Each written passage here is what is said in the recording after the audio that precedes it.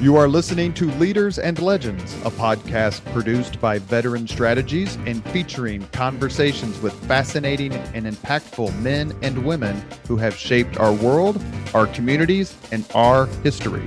My name is Robert Vane, Principal of Veteran Strategies, and your host for our discussion. You are listening to Leaders and Legends, a podcast presented by Veteran Strategies, a local veteran public relations enterprise, and sponsored by Girl Scouts of Central Indiana, Garmond Construction, the Crown Plaza Hotel, Grand Hall and Conference Center at Historic Union Station, the law firm of Bose, McKinney, and Evans, and the Bose Public Affairs Group, the McGinley's Golden Ace Inn, and McAllister Machinery, your friendly neighborhood Caterpillar dealer. You can find all your equipment needs, rental and sales at McAllister.com. We're pleased to announce our podcast is now a member of the All Indiana Podcast Network in partnership with Wish TV. You can find Leaders and Legends at allindianapodcastnetwork.com. Thank you for joining us on the Leaders and Legends podcast. Our guest today is Professor Emeritus of History, James Madison, Indiana University. If you want to talk Indiana history with anyone ever, there is no way that Professor Madison's name is not going to come up. He is a living legend, as deemed so by the Indiana Historical Society. I happened to be there that night and got to listen to this IU history professor give the business to someone else who was inducted that night, and that is the current president of Purdue University, Mitch Daniels. Professor Madison, thank you very much. Thank you, Robert. It was a little terrifying to follow Mitch Daniels on the podium, but I think I defended the honor of IU. You did. I think one of the funny things that night, and President Daniels has been on our podcast. I was listening to pioneer Yvonne Shaheen scold him for not running for president of the United States. And there's probably not many people who could do that, but I think Yvonne is on that list. Thank you very much, Professor Madison. We're here to talk about all things history, but specifically Professor Madison's new book, The Ku Klux Klan in the Heartland. It's a chronicling of the history of the Klan in Indiana and the resurgence of it in post-World War I society. We are going to inaugurate a new co-host today, and that co-host is Chris Spangle, history buff and podcast broadcaster extraordinaire, who was thrilled when I told him that Professor Madison was going to come on. With that, Mr. Spangle, take it away. Thank you very much. Yes, I am a huge history buff and have been directly influenced by you, Professor. At some grade school or middle school or high school in my past, I had Hoosiers, A New History of Indiana as a textbook, and owned several of your books, like Eli Lilly, Lynching in the Heartland. And so so when I think of Indiana history, I think of you first as kind of the go-to guy. How did you end up in that position? How did you end up at Indiana University writing literally the textbook on Indiana history? Well, thank you, Chris. First, it's a pleasure to be here, Robert, too, and to have this time to talk. Historians and old history professors like nothing better than to talk. To answer your question, I'd like to say that I had a clear, thought-out plan for life by the time I was 16. I'm still working on that plan, as I think most smart, good people are, because at the end of the day, it's impossible to plan your life and things happen. I'd like to think that the best way to do that is to be open to change and possibilities. I've tried to do that, but it was serendipity. It was sheer chance, all sorts of chances and circumstances. I never set out to be a historian of Indiana. I studied it early on when I was still in graduate school in Bloomington. Because I needed to have a subject to study that was nearby. I was working, and I needed to be able not to travel to Paris or London or other far off places. I needed a nearby subject. But in doing that, I discovered the joys, and they're still joys for me, of studying nearby history. That is history that's close, that we think is very familiar. I had students in my Indiana history class who came from Kokomo or Evansville and maybe didn't do so well in the first exam. And they would say to me, well, I grew up in Kokomo. How come you gave me a C on this exam? I know Indiana.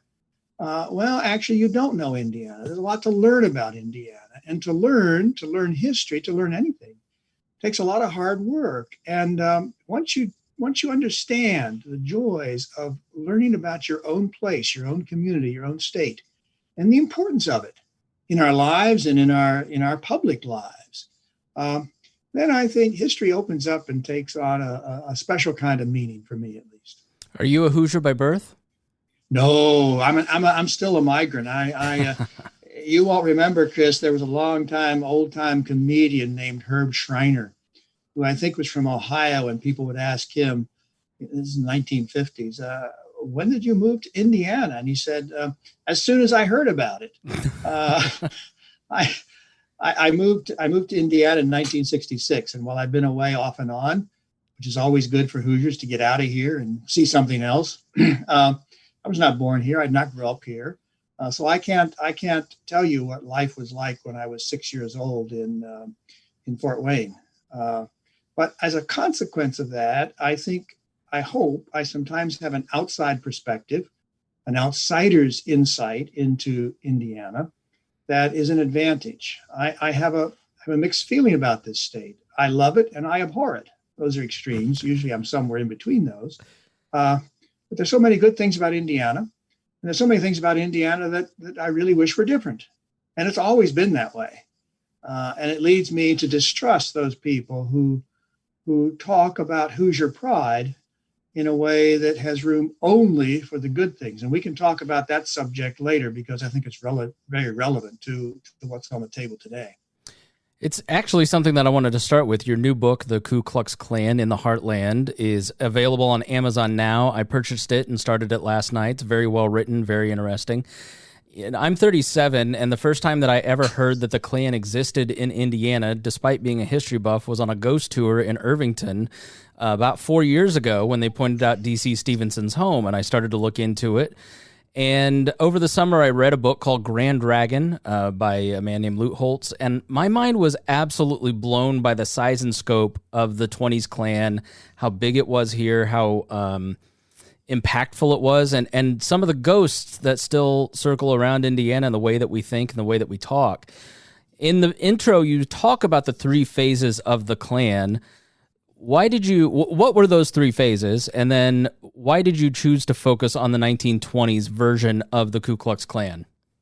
Okay, those are great questions, and I hope we can come back and circle around those from different angles.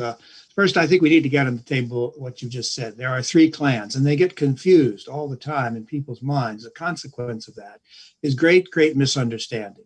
The first Klan really doesn't concern us directly as Hoosiers, at least. It's entirely Southern. It's formed in the South after the Civil War by Southerners, mostly Confederate veterans, who simply do not want to accept defeat and do not want to accept emancipation and certainly don't want to accept equality for African Americans. So they're determined to keep African Americans in the South in a subservient state. That Klan has no presence in Indiana. Let me jump ahead to the third Klan, and we can come back to this later too. The third Klan is the Klan that forms during the Civil Rights era in the 1960s. It's mostly in the South, but there is a presence in Indiana and in the North, which we can talk about. It's very different from the Klan I do focus on, and that's the Klan of the 1920s, which is not only a Southern Klan. It's very active in Alabama and Mississippi and other godforsaken places. But it's also very powerful, as powerful, in the North, from New Jersey across the Midwest to Washington State and Oregon and California, with special strength in the Midwest. And in the Midwest, no state had more powerful Klan activity than did the state of Indiana. So the Klan I'm focused on, the Klan I want to talk about today, Chris, is a Klan from the 1920s. It is Northern, it is not Southern. And it is a very, very powerful and important movement. Can you give us a sense of who was in it and also what was its size? We estimate, the best estimates are that about a third of the white native-born American men in Indiana joined the Klan. That's hundreds of thousands of members. Lots of women did too, maybe as many women. We don't have a good estimate about women. So men and women in large numbers joined the Klan. They joined for all sorts of reasons, but at the top of their list was their conviction in this notion of 100% American. We are 100% American because we are white, we are native born, and we are Protestants. Now, each of those three categories is full of meaning, full of heavy freight, but 100% Protestantism is the defining feature of the Klan in Indiana. And for what reason? Well, can we go through each of those? You want to talk about each of those? Let's start because this is something. I think that helps us. Because unpack this for listeners. It's there's a notion that history is pretty simple stuff, and you can do it on a true, false, or multiple choice exam. I never, in 40 years of teaching, gave those kinds of exams because history is pretty complicated, and that's what makes it interesting. So is this subject. It's very complicated. Yeah, the first, and I was surprised by this because the religious aspect is an interesting one because, candidly, my great-grandparents, they passed away in the late 90s and they're in their 90s, and the first time that they had met a black person in Indiana was in the 70s in Indianapolis. Yeah. And we typically tend to think of the Klan as the 60s Klan in studying history, but when you look at the 20s Klan, they were motivated a lot by the grievances you listed, but first and foremost, it seemed to be religion, was it not? Yeah, and this is where we have to keep the Klan we all remember, older folks remember, that formed in the 60s and still exists in a way today, different from this Klan of the 20s. And let me start with the Klan's number one enemy, the group, the people that the Klan in Indiana most stigmatized. Was the most dangerous threat to Indiana and to America were Catholics. That's a hard concept for us to understand, but at the core of American history, from Puritans down to the mid-20th century, there was a deep anti-Catholicism among Protestant church members and Protestant ministers and Protestant denominations, Methodists, Baptists, Disciples of Christ, many of them engaged in anti-Catholic thinking and ideology and politics. Catholics to them were foreigners, even if they're born in America, even if they're 4 generations old, they're foreigners because their Pope, after all, is a foreigner. He doesn't speak English, for goodness sakes. They're a hierarchical church. And Protestant propaganda said that these Catholics just bowed down like sheep to anything their priests and bishops and Pope told them. Their clergy are celibate. That really confused Hoosier Protestants. What's going on here? And then there are these nuns. There are all sorts of rumors and myths about sexual practices within the Catholic Church. They create their own schools, separate from the public schools. The Klan was really upset about parochial Catholic schools in Indiana and worked very hard to keep them from gaining more students and gaining more power. And perhaps as important as any of this, a lot of the Catholics in Indiana and America were immigrants. And that's the second big enemy for the Klan in the 1920s, immigrants, foreigners, Germans and Irish Catholics. There are lots of them in South Bend and Indianapolis and Evansville and Terre Haute and all over the state, even in rural Indiana and Oldenburg and Jasper, Indiana. These Catholic foreigners were different. They were not like us. They didn't behave like us. They drank beer on a Sunday afternoon. They sent their children to parochial schools. All sorts of aspects of their lives that were strange to Hoosier Methodists. So Catholics and immigrants are the first enemies of the Klan. And it's all over Klan talks, Klan newspapers, Klan programming, etc. So Catholics are number one. Of course, they're then what we would regard as maybe the usual suspects beyond Catholics and immigrants, and that is Jews, There is deep anti-Semitism in American culture, again, from the very beginning down to the present, unfortunately. And the Klan picked up on that and pushed that with the usual stereotypes, the usual kinds of bigotry about Jews. And finally, they're African Americans. In the later Klan of the 60s down to our own day, it's African Americans who are the number one enemy. This Klan today is full of white racism. The Klan of the 1920s certainly had what we would regard as white racist sentiments, but African Americans were not as dangerous because, and this is ironic and tragic, white Americans had discovered many, many generations earlier how to keep Blacks in their place as secondary citizens, excluded from privileged positions, excluded from ordinary positions. And so across Indiana in the 1920s, there was all kinds of discrimination in schools, in hotels, in restaurants, in swimming pools, in hiring practices. The great company, Eli Lilly and Company, did not hire African Americans in the 1920s, nor did most other good businesses, good corporations, good jobs, not available to Black Americans. And so Black Americans are denigrated. They're certainly not 100% Americans, but they are not the enemy, nor are Jews the enemy that Catholics and immigrants are. All of that is difficult to understand today, but essential to understanding this Klan in the 1920s.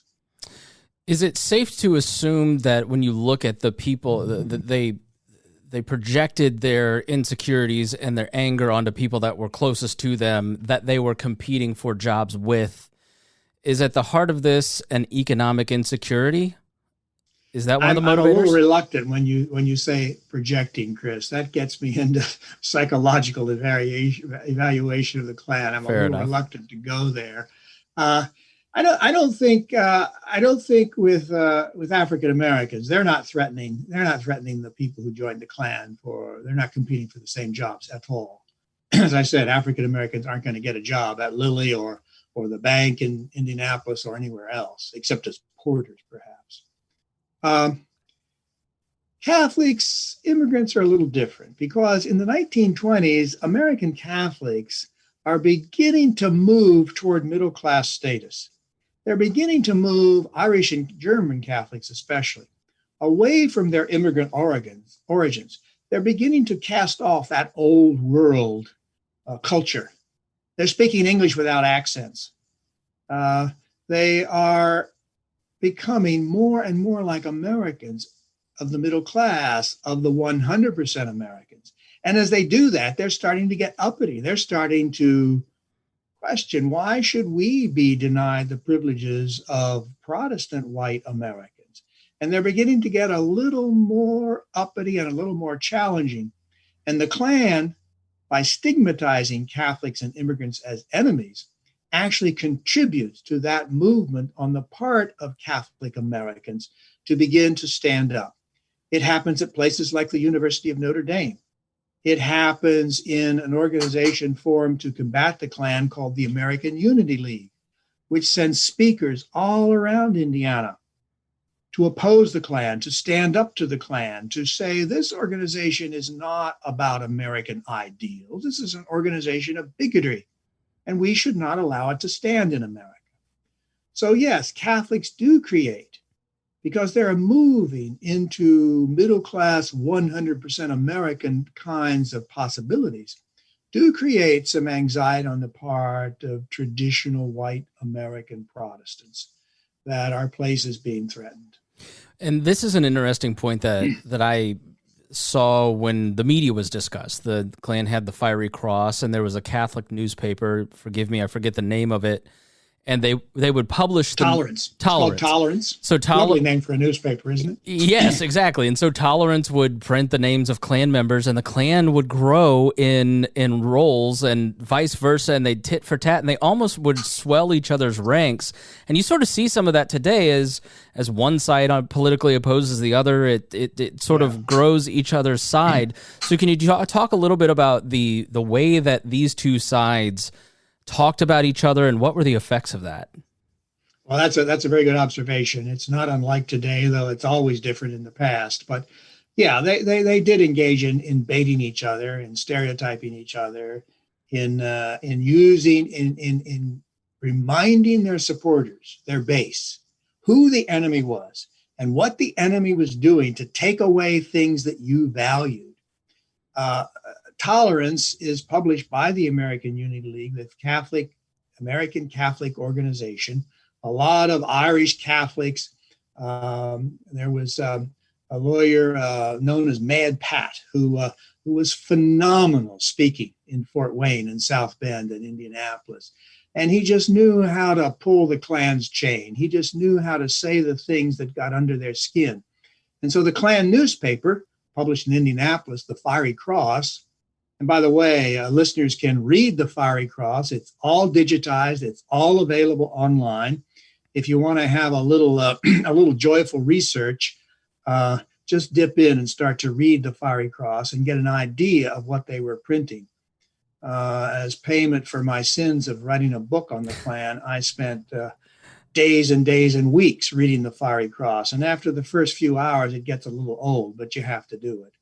So the Fiery Cross always responded to tolerance and always used tolerance and the American Unity League, Irish Catholic, and other Catholics' challenges to them as examples of how Catholics were engaged in riotous, un-American behavior and doing all sorts of nasty things that were going to take away your rights, define your freedoms, and tear down America. So yes, there's a back and forth, a dialogue between these opposing forces. You mentioned the membership lists, and the American Unity League, the Catholic leaders who organized it and led it, had a wicked sense of humor, and were very, very daring. And that's displayed in someone in 1924 broke into the Indiana headquarters of the Klan, which were in downtown Indianapolis, and stole membership lists. And Tolerance, the Catholic newsletter, began to publish the names of Klan members. It was very embarrassing for some good, upstanding citizen who saw their names published, identified as Klan members. It outraged the Klan. This was, they said it was all lies. These weren't true, first of all. And then they said it's an example of the way in which Catholics didn't follow the rules and were just not to be trusted.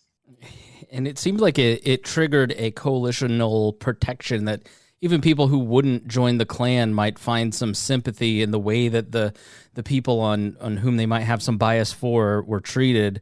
And that's sort of what I found fascinating. The other parallel that I found interesting, and I wonder if you if I'm right in this assertion, is the use of conspiracy theories as a weapon. You know, the Pope is going to build a temple in Cincinnati and invade Indiana. And there was one it might have been, I forget, Elmer Davis, who wrote, yes, that's what the Pope wants, Indiana, something along those lines. But it seemed to me that they trafficked in conspiracy theories as a way to kind of keep everybody off balance and everybody in a fog. Yeah.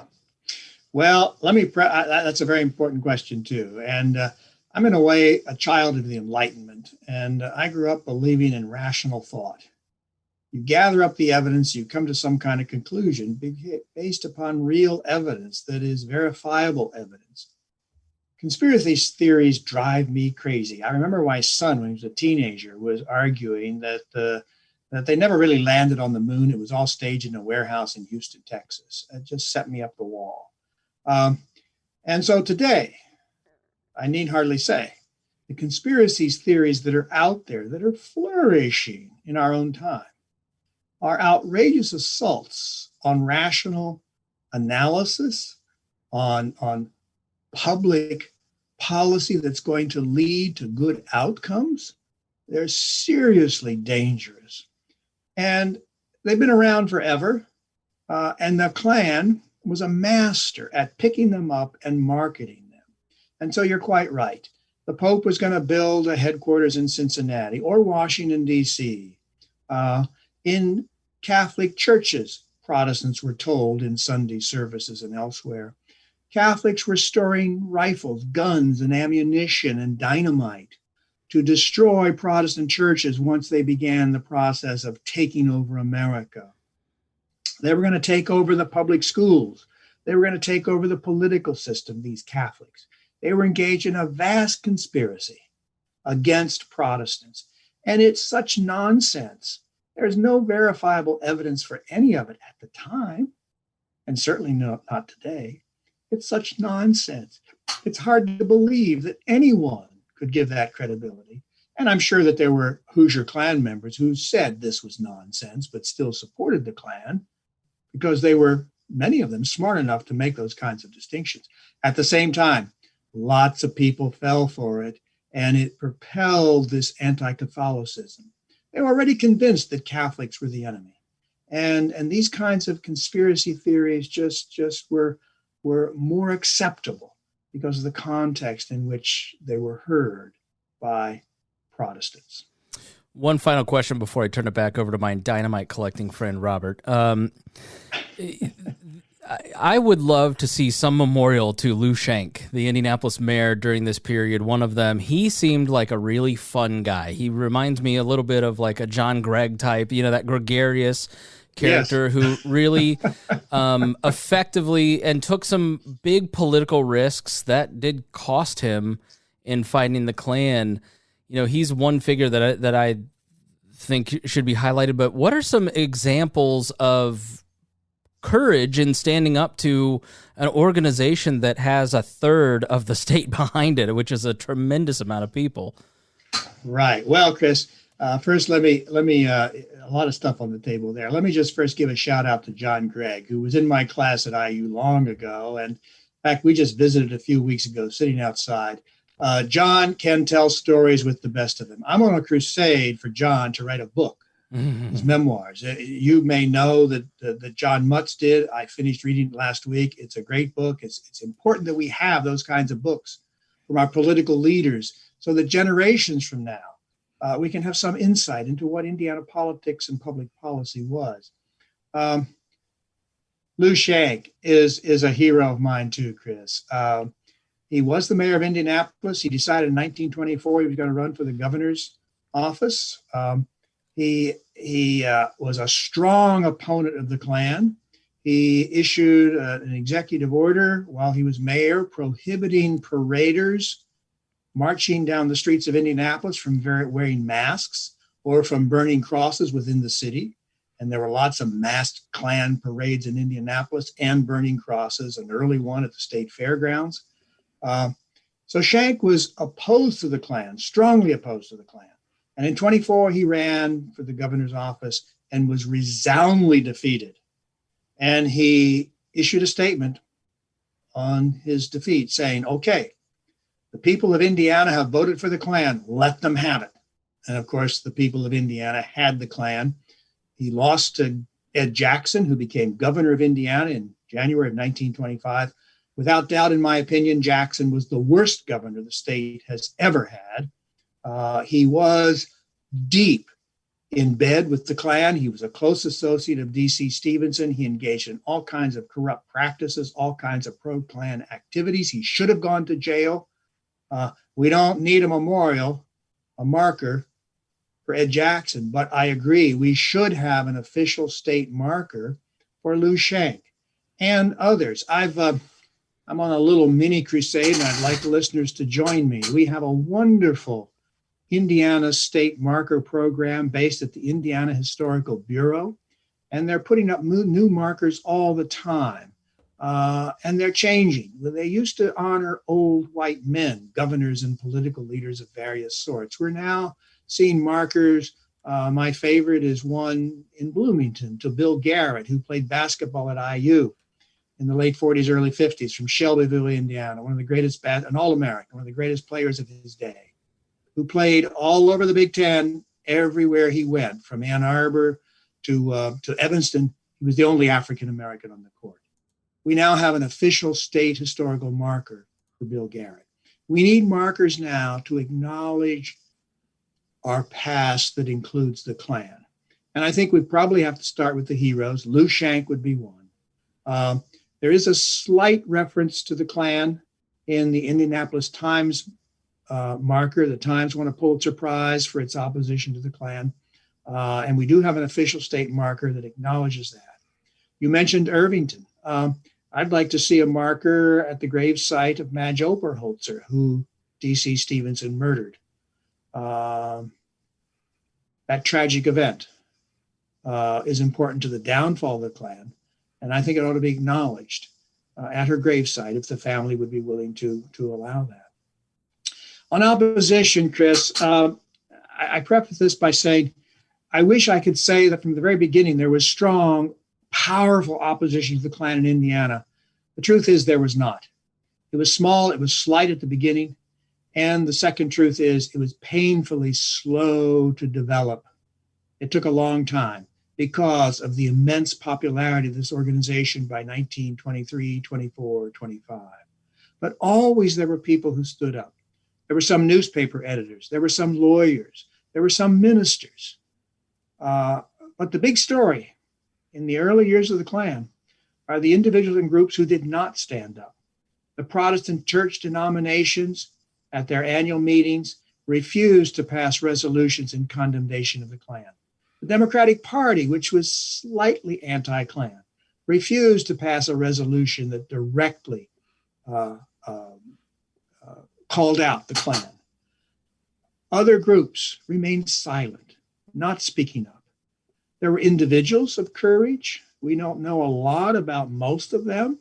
And as you say, to stand up to this organization, and it was, of course, a very threatening kind of organization in their robes and hoods and their secrecy and all their rigmarole and all their money and organization, a very sophisticated organization.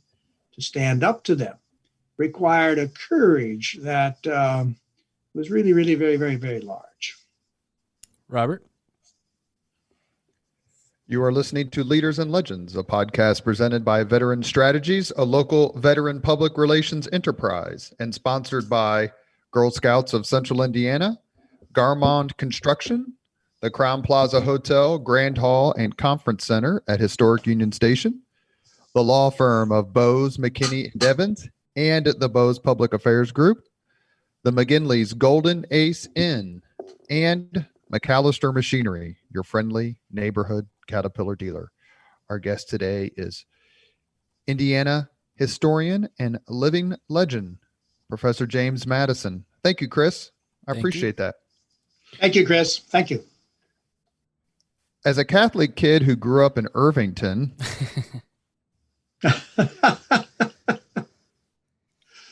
where's this going, Robert? I'm eager. The story of D.C. Stevenson, whose house on University Avenue is owned by someone with whom I went to grade school and high school, along with Madge Oberholzer, whose house is owned by and was owned by the Schlebecker family. They're on University. Is something I remember as a little kid. Professor Madison, please take us through that story of her murder at the hands of D.C. Stevenson. Well, you were living history as a little kid. I'm sure you heard all kinds of stories, and some of them very frightening. This is, of course, a tragedy of the first order, and I'll try to tell it very briefly. I write about it a lot in the book because it is important to the story. Let me preface it first by saying something about Stevenson. D.C. Stevenson was the Grand Dragon of Indiana. He was a very sophisticated, smart salesman.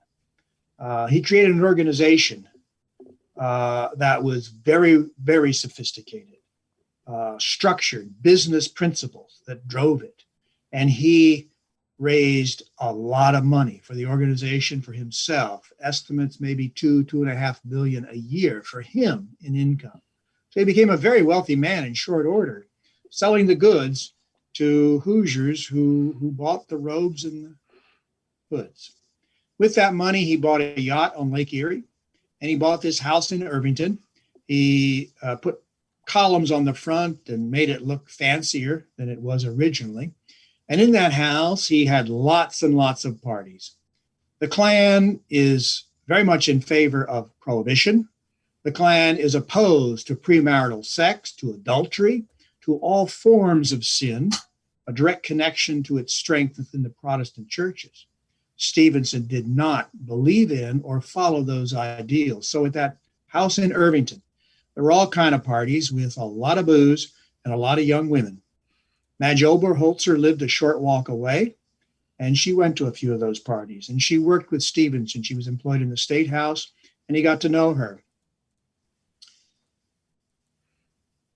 He took her on a train to Chicago, an overnight train. And on that train, in early 1925, this late winter of 1925, he assaulted her, brought her back to Irvington, dumped her at her parents' house. She was badly injured. She died. Before she died, she left a deathbed statement, one of the great important primary sources about the Klan and certainly about this tragedy. A statement that was exceedingly thorough and was the basis for bringing charges against Stevenson for his trial in Noblesville in the fall of 1925 and for a jury of 12 men convicting him of rape and second-degree murder. Madge Oberholzer dies. D.C. Stevenson goes off to the Michigan City State Penitentiary. You would think that this is the end of the Klan. It certainly caused some people to lose their enthusiasm, to give up their membership. But the Klan continued to have power and influence. In the next elections, even as late as 1928, the Republican Party, which had been deeply, deeply tarred by its Klan affiliations, nonetheless in 1928 carried Indiana in most contests. It wasn't until 1929 that the Democrats, who were beginning now to run on an anti-Klan flag, were able to capture local elections. So it took a long time. Stevenson's crimes, his evil, and I think D.C. Stevenson is one of the most evil men to ever walk the soil of Indiana, are the most outrageous. But there are lots of others. Shank's successor as mayor of Indianapolis, John Duval, also went to jail. He was a Klan guy, engaged in various kinds of corruption. He was eventually convicted and sent to jail, as were others at various levels of local government across the state. So there's a lot of corruption in this organization dedicated to the best ideals of reforming and redeeming America. It's a contradiction, but our lives are full of contradictions. It would be wonderful to see a plaque about Madge in the Irvington area.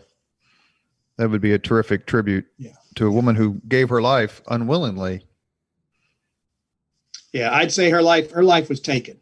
And she was a young woman who had a life ahead of her and didn't deserve anything that happened to her. Nothing. Well, we're history buffs here at the Leaders and Legends podcast, and we've tried to expand some of the folks we've talked to outside of Indiana, mostly historians, a few people who actually were part of history. And we have a podcast that we've published, that will publish, depending on when we post this one, with Clint Hill, the Secret Service agent who climbed on the back of the Kennedy limousine in Dallas. And so we're unabashed, and we've had historians on such as Kate Anderson Brower, Harold Holzer, Craig Fairman, Jeannie and David. Company. Yes, you are. Jeannie and David Heidler, Lynn Vincent and Sarah Vladeck, Grant historian Brooke Simpson, David Edmonds, who wrote a terrific book about Bobby Fischer. I'm a bit of a chess nerd, as probably comes as no surprise. And then Peter Carmichael, who is the head of the Civil War Institute at your alma mater, Gettysburg College. Yes. Did you feel preordained? You mentioned that it was kind of a bit of a surprise, perhaps, to go down the history well. But your parents named you James Madison. Did you do any a curse and a blessing, Robert? Did you do any particular research or have any affinity for the fourth president and all that he's done? only after I stopped teaching. Teaching's hard work. It takes a lot of time. And when I stopped teaching a few years ago, I did do a little family genealogy, and it's fairly easy to do now with all the online sources. And I can say with certainty that I am descended. This sounds like bragging. I do not mean it to be bragging, because it gives me absolutely no special status whatsoever. But my first ancestor on the Madison side of the family arrived from England in 1609 in Jamestown, Virginia. His name was Isaac Madison, and he was captain of the Jamestown militia. He did very well as a slave owner and Indian killer, and in other investments as well. And the fourth president of the United States and I are both descended from Isaac Madison, 1609. So we have that maybe in our genes, but I really don't think so. I don't think that accounts for anything. I'm quick to say that James Madison, the father of our Constitution and so much more, was a lot smarter than I could ever hope to be, even though I can claim to be 6'2" in height and he was only 5'4". But other than that, he's got me beat, hands down. Have you been to Montpelier? Have you seen his place? I have several times. It's a wonderful place to visit. I mean, Monticello overshadows it for most tourists, but I think they ought to stop at Montpelier too. You've taught Indiana history for decades. I remember when I was an undergrad at IUPUI studying history, and had a history professor talk about how Indiana became north when it used to be west. He talked about much of that within the context of slavery. Yeah. Is that a theory with which you agree, or how did the perception of Indiana change from a state that was part of the Northwest Ordinance and came out of that in the early 19th century to being a true bulwark against secession under Oliver P. Morton? That's a fascinating story. I published a history of Indiana called Hoosiers in 2014, and I write a lot about that because when I went back and worked on it again as I was writing that book, Hoosiers, I really got engaged in that. It's a fundamentally important story. That is how Hoosiers in the first decade and a half of the 1800s decided that they were not going to allow slavery in Indiana. It's far too complicated for this story, except to say that it was exceedingly important, and it was a close call because there were Hoosiers, William Henry Harrison among them, the territorial governor, who brought slaves to Indiana, and others who wanted slavery in Indiana. There were others like Abe Lincoln's father, Thomas, who had no use for slavery, wanted no slaves allowed. And it was the anti-slavery faction that won the day. And in 1816, when Indiana created its first constitution, the best words ever written on the soil of Indiana, I believe, it included a provision outlawing, constitutionally prohibiting slavery. That is so fundamental, so important. Just think if it had gone the other way. What would have happened when traitors fired on Fort Sumter in April of 1861? Indiana did join the Union. And while there's lots of conflict among Hoosiers during the Civil War, Indiana joined the Union, and Indiana boys fought bravely and importantly for the Union forces against the Confederate traitors. I have strong feelings about this subject, Robert. You can probably tell. Well, Indiana's role in winning the Civil War for the North is underrated, in my view. I agree. And one of the, this will be a question you're going to get here in a few minutes, but if maybe a second or third tier event I would like to have witnessed in history was the meeting between Grant and Stanton that took place at Union Station. Yeah. Indiana was divided. Southern part, much more sympathetic, and right. Opened itself up for Confederate sympathizers and Confederate raiders to come through. But the man whose leadership is fundamentally important, critical, and almost dispositive to how Indiana fought that war was Oliver P. Morton. What are your thoughts on him and his leadership during the War of the Rebellion? Superb, outstanding. Oliver P. Morton, I believe, absolutely was the best governor Indiana ever had. And we were so fortunate to have a governor, a leader like him during the greatest crisis in Indiana history and in American history, the Civil War. Morton, not perfect, but Morton was superb. I was with the current president of Purdue University when he was governor of Indiana. And as you know, Robert, Mitch Daniels likes history. He reads history, one of the very good things about Mitch Daniels. And we were talking about Indiana governors, and he asked me who the best governor of Indiana was. I thought for a minute that maybe I should say, you, Governor Daniels. But I'm a historian, not a politician. I'm not running for anything. And so I said very clearly, Oliver P. Morton, and Governor Daniels immediately agreed with me. And we had a nice conversation about the Civil War and about Governor Morton. So I've mentioned the worst, Ed Jackson during the Klan era, the best, Oliver Morton during the Civil War. It was my great honor in 2008 to be the MC for the 90th birthday party for P.E. McAllister. Speaking of history geniuses, his loss is felt. It's felt every day. I was on the Indiana Bicentennial Commission with Mr. McAllister, and wow, was he a character? You just want to give him a hug every time you see him. I know there's some steel behind that. As my daughter said, he's the cutest man ever, and I can't improve on that. He told a great. Could I have time for a quick piece? Please. He told a great story. Someone asked him how he was, and he says, "Well, I'm still playing golf," and it was true. He played golf very late in life. He said, "I can hit the ball as far as I can see." He said, "I can only see about 20 yards out there," but. I think for PE, it was the golf was fun, but it was also a way to get to the 19th hole and have that martini. It was very important to him. At that birthday celebration, Mitch Daniels was one of the speakers, along with people like Jim Morris and the current Vice President of the United States, Mike Pence. But I introduced Mitch Daniels as the greatest governor in Indiana since Oliver P. Morton.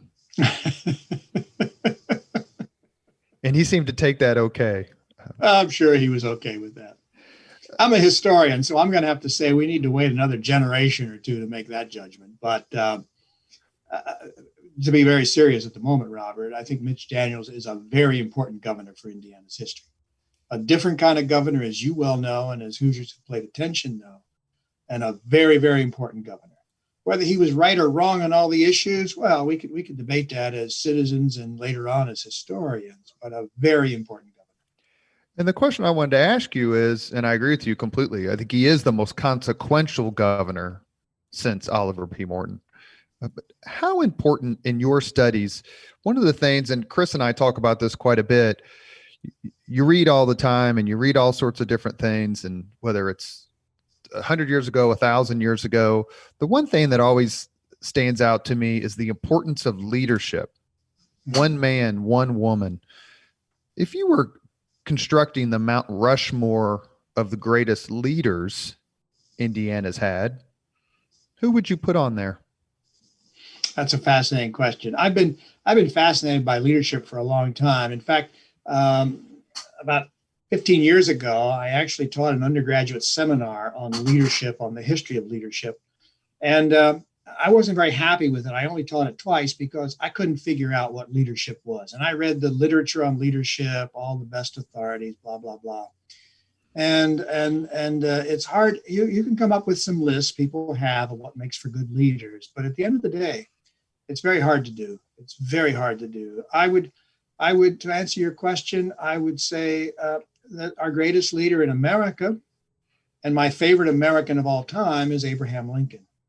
And we all know enough about Lincoln to know how amazing it is that an individual with his background, less than a year of schooling, he wrote in his autobiography, total, an individual with his background could become, what I believe, our greatest leader ever. He just had a combination of leadership skills that are matched by very, very few, certainly very, very few of our presidents. I would put, don't fuss at me, don't fail me. I would put Washington ahead of him, if only because of what he did twice. Well, you're talking about George Washington now, our first president, right? Yes, Yeah. sir. I started off ignorant, and I've read a little bit about Washington in recent years, recent decades. I've read the biographies, and he has moved up significantly in my understanding. And he's up there. He's up there, and he has. You're right about the qualities of leadership. Again, whatever they might be, Washington had them in all kinds of ways, often very subtle and so very powerful. And you can see it in the way in which his troops in the revolution, the people around him when he's in office, the American people who wanted him to stay for another term, and he went back to Mount Vernon. So Washington, yeah, he's a good choice. There are not many examples, or I can't think of another example of a man who walked away from what would have been near complete and total power twice. Yeah. We are talking with Professor James Madison. He has a new book out, The Ku Klux Klan in the Heartland. And we're having a general history discussion because we're history nerds here and we are unabashed about it. What's your favorite part of the movie Hoosiers? Gee, I haven't seen that in quite a few years. My son loves that film, and he can recite every line of dialogue in that film. And I would watch it only if he were next to me because it's so funny to watch him watch it.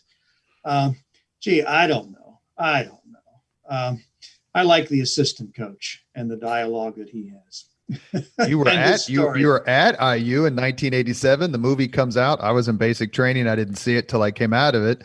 And then IU wins the national championship the night of the Oscars. What was it like just to be in Bloomington, to be at IU at that time when Coach Norman Dale in the movie? Yeah, I was a respected history professor, so I did not run downtown to Kirkwood or to the Fountain. But in those days, I was a huge IU basketball fan.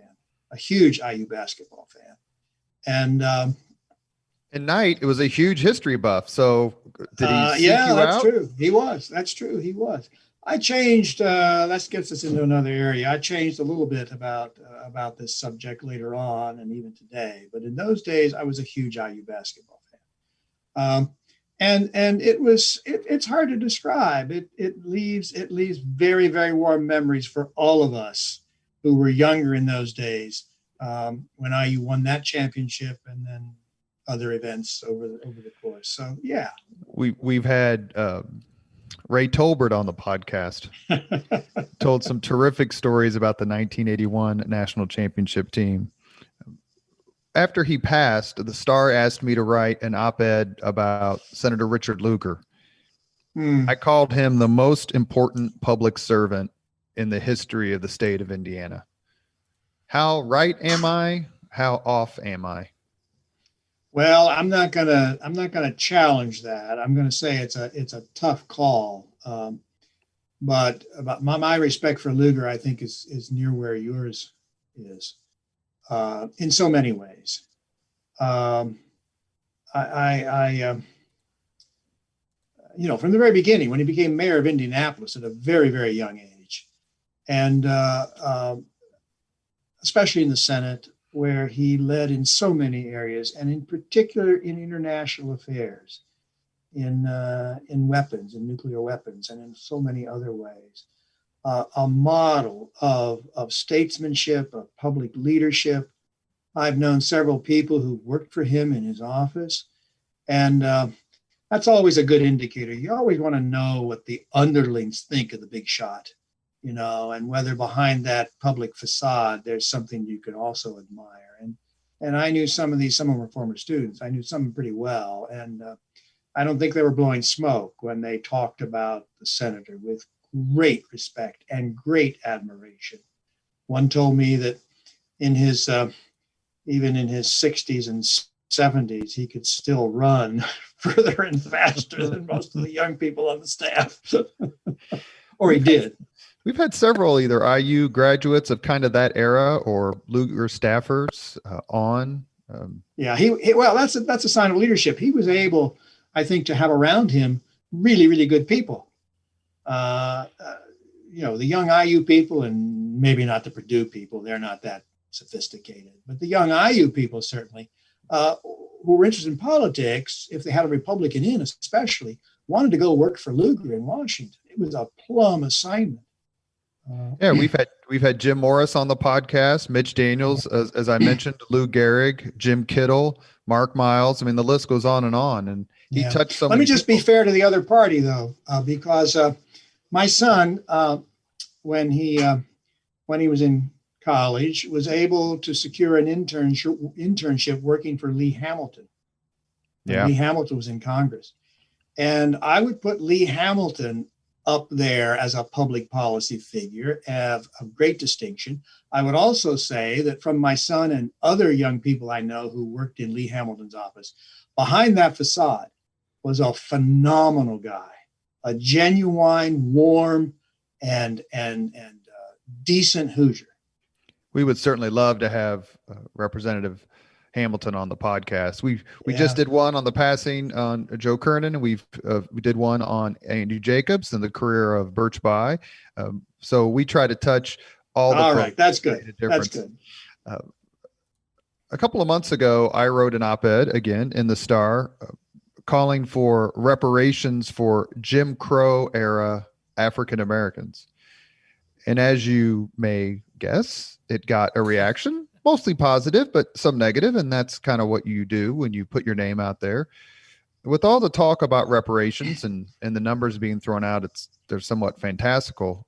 I wrote about this about 7 years ago in the Indianapolis Business Journal as well.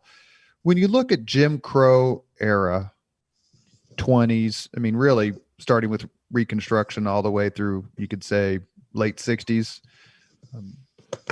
But especially the 1920s to early 60s era, it seems to me that there's no possible excuse for the way Black Americans were treated. Is an idea like reparations for Jim Crow era African Americans one worth pursuing, or is it just another kind of like initiative that would divide us, in your view? Yeah. Well, it's a very controversial issue, as you know. I'm glad you wrote that, because I think it's a subject that gets people's attention, and in the right way can cause them to think about why reparations might just be a reasonable thing to do. I'm less interested in reparations as a form of, let's say, a money or scholarship or other kinds of financial or substantive form of paying back for the huge damage that white Americans have done from 1619 to the present to African Americans. I think that damage is huge. I've come to the conclusion in the last few decades as a historian, as a citizen, that white racism is one of the top 2 or 3 problems in America today and always has been. So we've got a huge issue here. What do we do about it? I think the reparations should take the form of, first of all, acknowledging it.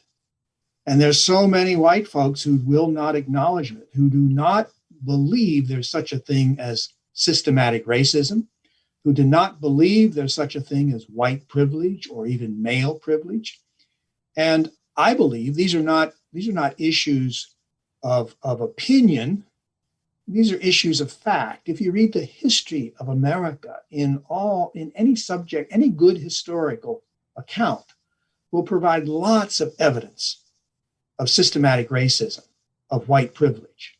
So we've got a serious problem. And I think we need to acknowledge it.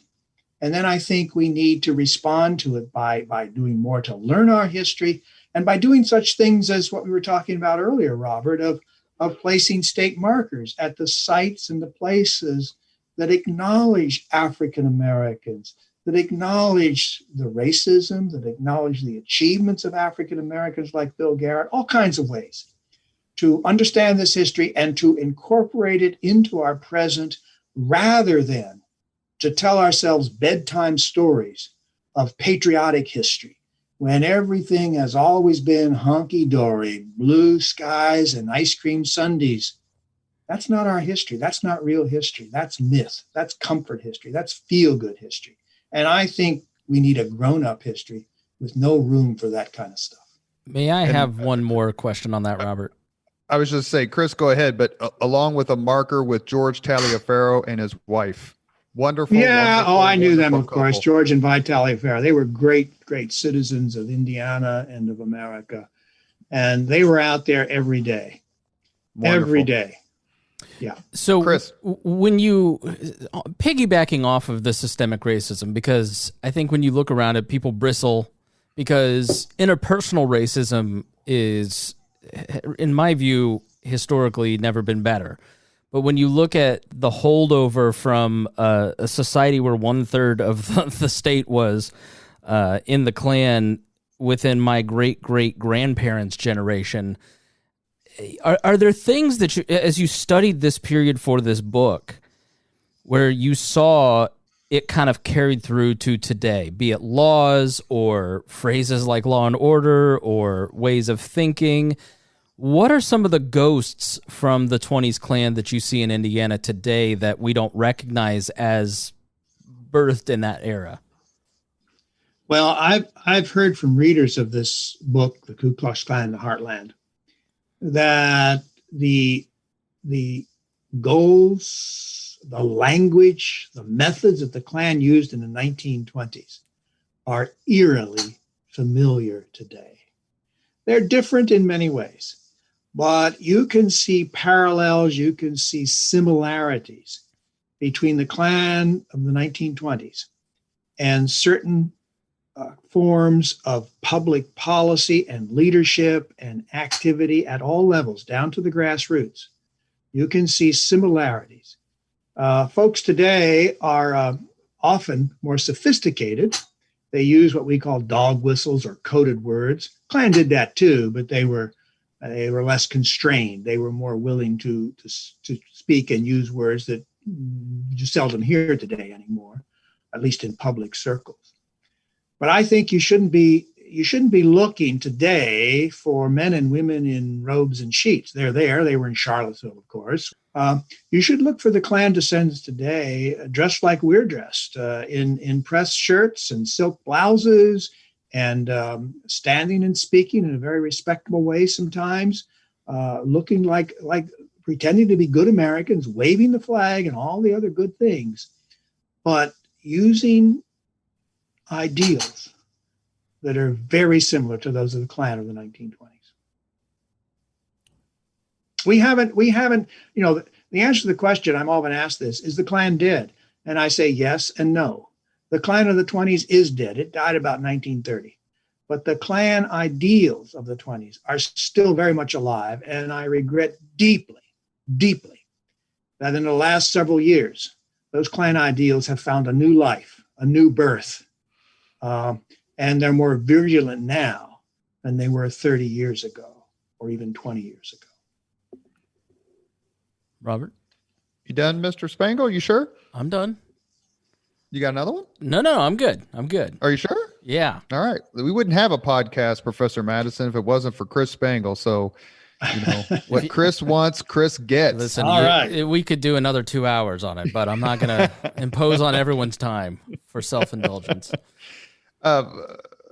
Professor Madison, do you have a favorite history movie? Ooh, that's a tough one. Boy, historians tend to, we get very snotty about history movies. Nitpick. That's not what they wore. They got, I know. We always want to show how smart we are and point out the errors. That's a tough one. I haven't thought about that. What's your favorite one, Robert? I'll tell you if I like it or not. Favorite history movie. Lincoln's pretty damn good. It's really accurate. Yeah. It's very accurate. And that's partly due to one of our podcast guests, Harold Holzer. Yes. You look at something like Braveheart and it's such an epic, but the history is so god awful. It's not even I can't stand close to watch that sort of thing. But Saving Private Ryan isn't necessarily, it's a history movie. It's not an actual event, but in that same op-ed for the Star, I wrote that if I was in charge of the world, Saving Private Ryan and Mississippi Burning would be required viewing for all high school seniors, required. But there's so many more out there, and the King's Speech, not very accurate, but a pretty damn good movie. I liked all of those. I also judge history films, Hollywood films, by not just whether I like them so much, and I loved Lincoln. I thought Lincoln was a fantastic film, but by my sense of how deep they get into the American public. If a lot of people watch them, and if there's evidence that they've absorbed some of the meaning, some of the significance of these stories, and I think in the films that you've mentioned, there's a lot of evidence that they have, and that's good. And so I like those kind of films, especially if the public absorbs the kind of meaning that I think they ought to absorb from film. Braveheart certainly made its mark in Scotland, and The Darkest Hour, the movie about Churchill, was terrific.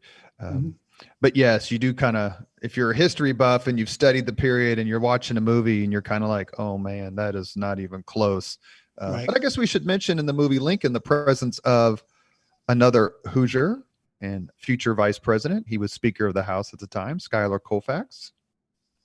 Played a prominent part, especially at the end as they're debating the amendment. Right. We are with Professor James Madison, and we have reached the 5 questions portion of the Leaders and Legends podcast. Professor Madison, are you ready?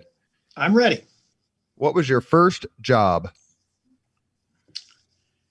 First real job was carrying newspapers. I grew up in a very small town in Pennsylvania, and my family had a lock on the newspaper business.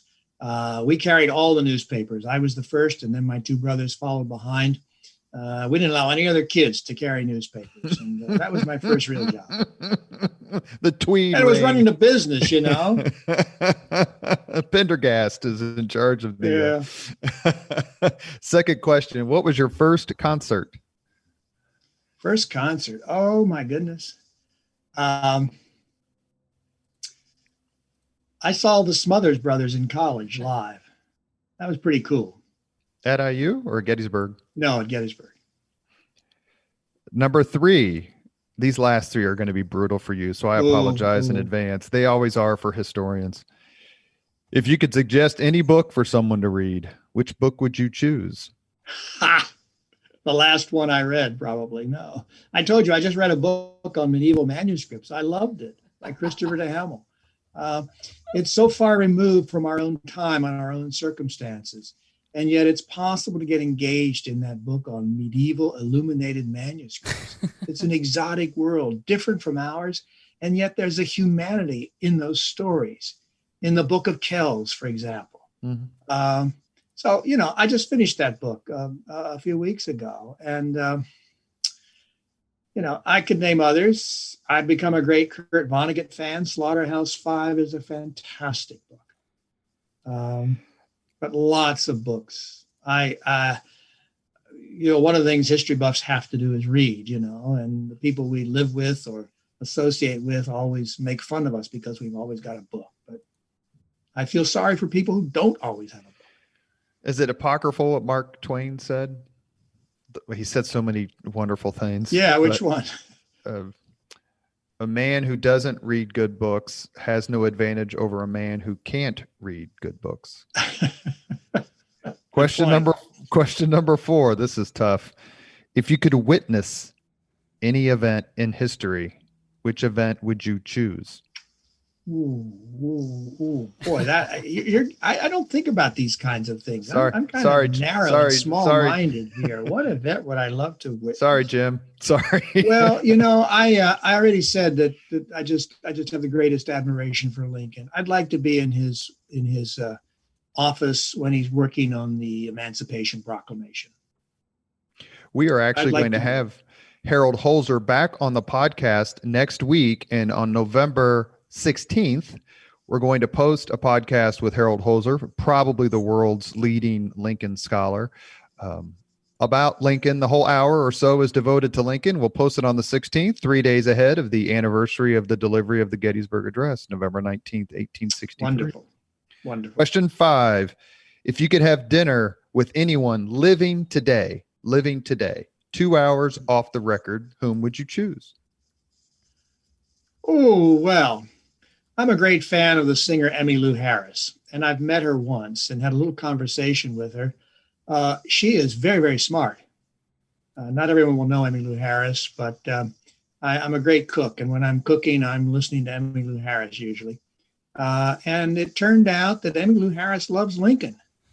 And she knew something about Lincoln. And of course, we were interrupted in this conversation. There were other people. So I'd like to sit with her and listen to her talk about Lincoln outside the box, not a scholar, not an expert, but a smart person who's brought a lot of joy to my life. There are lots of candidates. That just popped into my head. Well, that's the most outside the box answer we've had yet, isn't it, Spangle? Yeah. Now Barack Obama or George W. Bush or Obama. I'd be so intimidated by Obama. I don't think I could. I couldn't say a word. And George W. Bush is a monster history fan. That's true. He is. Huge. I'm kind of intimidated by his life after the White House. He's proven there's something there. Our guest today on the Leaders and Legends podcast, sponsored by Veteran Strategies, a local veteran public relations enterprise, Girl Scouts of Central Indiana, Garmond Construction, the Crown Plaza Hotel, Grand Hall and Conference Center at historic Union Station, the law firm of Bose, McKinney & Evans, and the Bose Public Affairs Group, the McGinley's Golden Ace Inn, and McAllister Machinery, your friendly neighborhood Caterpillar dealer. As I started to say before I almost messed up the sponsorship promo, our guest has been Professor of History Emeritus, Indiana University, James Madison. His new book, The Ku Klux Klan in the Heartland, is out. Professor Madison, thank you for joining a couple of history buffs on the Leaders and Legends podcast. We had an absolute joy. Chris, do you want to say something real quick? No, it was a fantastic interviewing you and talking to you, and I highly recommend the book. It's really, really good so far. Thank you, Chris. Thank you, Robert. Thank you very much for listening to Leaders and Legends, brought to you by Veteran Strategies Incorporated. If you want to contact us about this program or our menu of public relations services, please send us an email at robert@veteranstrategies.com. That's robert@veteranstrategies.com.